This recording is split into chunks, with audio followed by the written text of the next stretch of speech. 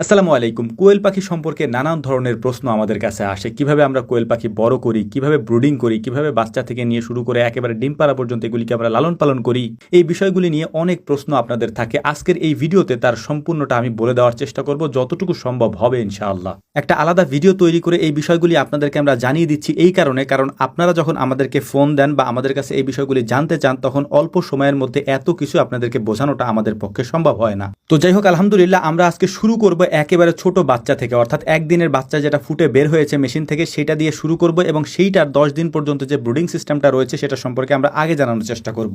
একদিনের ফুটে বের হওয়া কোয়েল পাখির বাচ্চাগুলিকে ব্রুডিং করার জন্য আমাদের সব থেকে বেশি যে সব বিষয়গুলো প্রয়োজন হয় তার মধ্যে অন্যতম হচ্ছে প্রথমত এই বোর্ডগুলি দিয়ে আমরা গোলাকারের একটা বৃত্ত তৈরি করি, তার মধ্যে আমরা পরিমাণ মতো বাচ্চা ছেড়ে দিই। যদি বাচ্চা বেশি হয় তাহলে আমরা বড় জায়গায় নেই, বাচ্চা যদি কম হয় তাহলে জায়গাটাকে আমরা ছোট করে নেই। এরপর আমাদের আরো যে গুরুত্বপূর্ণ জিনিসটা লাগে সেইটা হচ্ছে ধানের কুড়া বা ধানের তুষ। গোল বৃত্ত করার পর ওই বৃত্তের মধ্যে আমরা দিয়ে দেই ধানের কুড়া বা ধানের তুষ।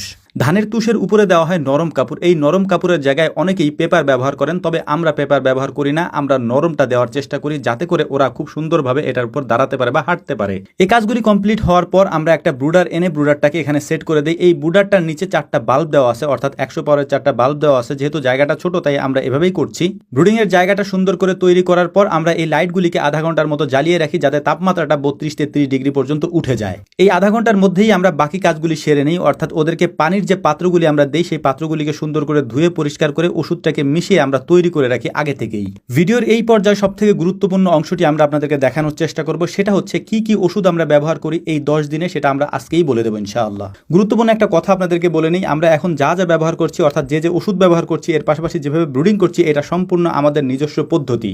আপনি চাইলে এর বাইরে গিয়ে অন্য কোনো পদ্ধতিতেও সেটা করতে পারেন, তবে অবশ্যই আপনি এখানে কন্ট্রোভার্সি তৈরি করবেন না যে এটা কেন করলেন ওইটা কেন করলেন। আমরা দীর্ঘদিন যাবত এভাবেই করে আসছি, আলহামদুলিল্লাহ ভালো ফলাফল আমরা পাচ্ছি এবং আমাদের খামারটা বেশ ভালোভাবেই চলছে, বিশেষ করে কোয়েল পাখির এই সেক্টরটা।